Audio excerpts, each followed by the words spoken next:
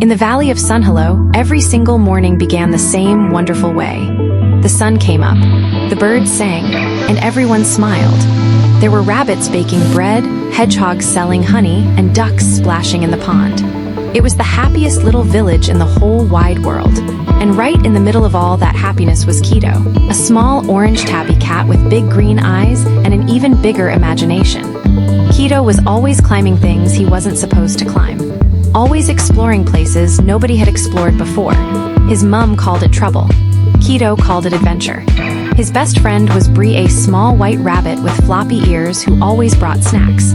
Because every adventure, Bree said, needs snacks. And then there was Shell, the oldest, slowest, wisest tortoise in Sunhallow, who had seen everything and had an opinion about all of it.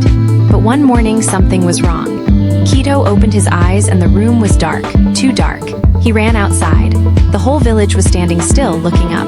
Where the sun should have been there was only a giant purple storm cloud. Grumbling, rumbling, and going nowhere. The elders shook their heads. Nobody had ever seen anything like it. Nobody knew what to do.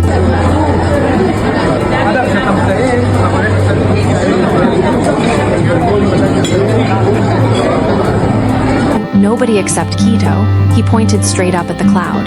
"Something up there took our sun," he said, "and I'm going to get it back." Bree packed the snacks. Shell complained about his knees. They set off anyway. At the edge of the village stood the tallest tree in Sunhallow. A magical beanstalk had always grown beside it, nobody knew why. Today they found out why. Up they went.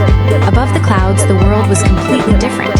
White and silver and enormous. And right in the middle of it all was Grumble. Grumble was enormous. Round and purple and grumpy looking, with thick dark eyebrows and tiny lightning bolt arms. And right in his big round tummy a warm golden glow. The sun swallowed whole. "Give back our sun," Keto called up at him. Grumble looked down. Then he blew the biggest, loudest gust of wind anyone had ever felt. Grumble. His voice shook the clouds beneath their feet. "The sun is mine, go away little cat." Keto skidded back but did not fall. Bree pulled a carrot from her snack bag and thought hard. "Grumble is grumpy," she said. "Grumpy means something is wrong." Shell nodded wisely. "Something always is." Keto looked at Grumble carefully. There were no other clouds around him, not a single one, just Grumble. Alone, in the middle of the whole wide sky, all by himself. Keto took a step forward, not running, not shouting, just walking toward the big grumpy cloud slowly and quietly. "Are you lonely?" he asked. Grumble's lightning bolt arms crossed. His enormous eyebrows pressed together. His thunder rumbled low and quiet. And then very quietly he nodded. "Every day the sun goes past," Grumble said in his big, rumbly voice. "Nobody says hello. Nobody ever looks up at me." Bree held out a carrot from her snack bag. Grumble looked at it, then at Bree, then very carefully with his tiny lightning bolt arms, he took it. Shell cleared his throat. "We come up here every Tuesday for sky picnics," he said, which was completely not true, but Shell was wise enough to know when a small lie was the kindest thing. Grumble's eyebrows lifted just slightly. Every Tuesday, said Keto firmly. "And we'll need the sun there. It gets cold up here without it."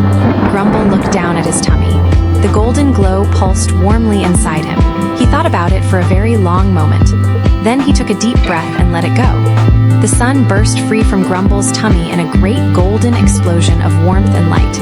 It shot upward blazing and brilliant, and settled back into its place in the sky above Sunhallow. The clouds turned gold. The valley below lit up. Down in Sunhallow, every animal looked up at once. Keto looked up at Grumble. Grumble looked down at Keto. For the first time in a very long time, the big purple cloud smiled. It was a small smile, but it was real. They climbed back down the beanstalk into the warm golden afternoon. And every Tuesday after that, 3 small friends climbed above the clouds for a sky picnic with a big purple storm cloud, who was never quite so grumpy anymore. Because the best thing about adventure is who you find along the way.